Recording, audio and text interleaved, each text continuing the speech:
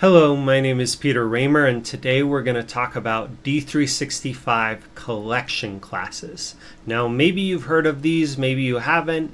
If you've come from another programming language such as C#, you've probably used arrays and lists and dictionaries a whole lot.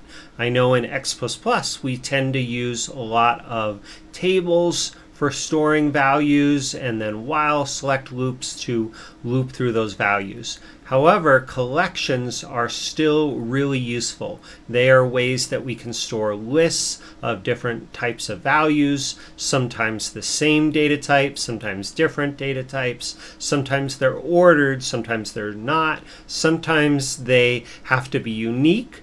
And have good ways for us to look up unique values. Sometimes they're pairs, sometimes they're not. So there's a lot of maybe confusion you've had around these different collection objects, but if you've been coding long enough, you've probably run into these both in needing to read the base Microsoft code, as well as maybe in more complex scenarios, these collection classes can be extremely useful. So let's dive in. This is the base Microsoft documentation on X++ collection classes. There's a few different types. There's arrays, lists, maps, sets, and structs. And in this video, I'm just going to cover a high-level overview of kind of what those are, and then I'm going to come back and give you a deep dive into each one of them and how they're different. You can read the different Microsoft documentation here, and I'll explain a little bit.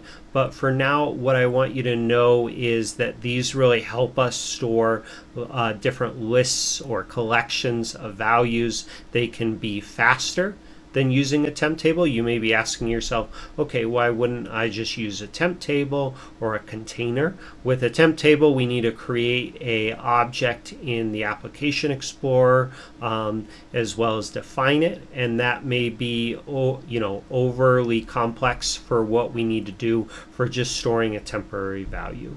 We can also access these collections much faster if they're in memory versus, say, fully inserting these values into a table and needing to read them later. You'll also find that each one of these different collection classes have their own special methods and helper methods that really help in very specific use cases and can be extremely valuable even over some other ways of doing this. And then lastly, you may have a container. A container can store lists of objects. But again, they may not have all of the benefits of pairs of values or unique values or some of the methods that we can see through these other types of collections. So understanding these both because they are in the base Microsoft X++, as well as in the ways that you might use it or want to use it coming from another language is really important. So let's dive in a little bit.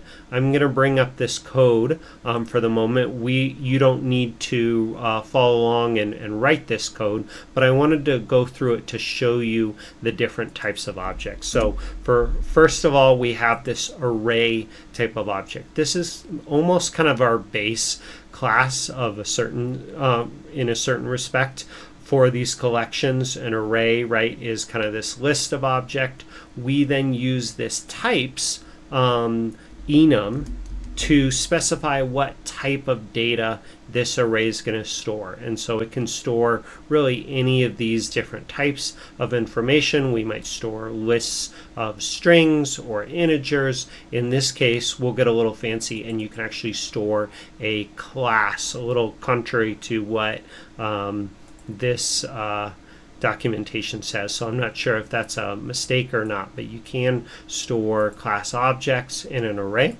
So here we declare a new array, and then in this case, and I actually just copied this from some base Microsoft code, we're instantiating a new class, setting a few values on this class, and then storing that class object, this one right here, into our array. Now the thing with an array is you must specify that numerical index, kind of starting with 1 of where you're storing that object. So then we can store a second one, create a new class object, and store that in position 2.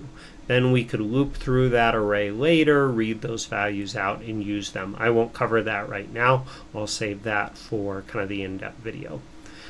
Next, we have lists. So lists kind of add some additional capabilities to what arrays can do. They give us some methods. They're really helpful when we need to store values in an ordered way. The way in which we add these values at the beginning or an end of the list will stay in that order, and that's important and a little different than some of the other collections. So in a list, similarly, we use this types enum. We can specify kind of any of these different types of objects that we want to store in a list. They always have to be the same type of object for every item or element within this list. And then we use the add start or add end methods to be able to add additional objects or elements to this list.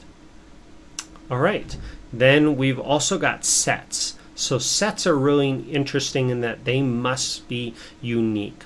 So we can declare a new set. Similar as before, we're going to use this types object to specify what type of information we're going to store. In this case, a string. And then we use the add function to add different strings to our set. Now, if I try to add an additional item that I've already added, so if I tried to add C a second time, the system's just going to ignore that, and we're always going to keep a unique list of values in here, just like a mathematical set.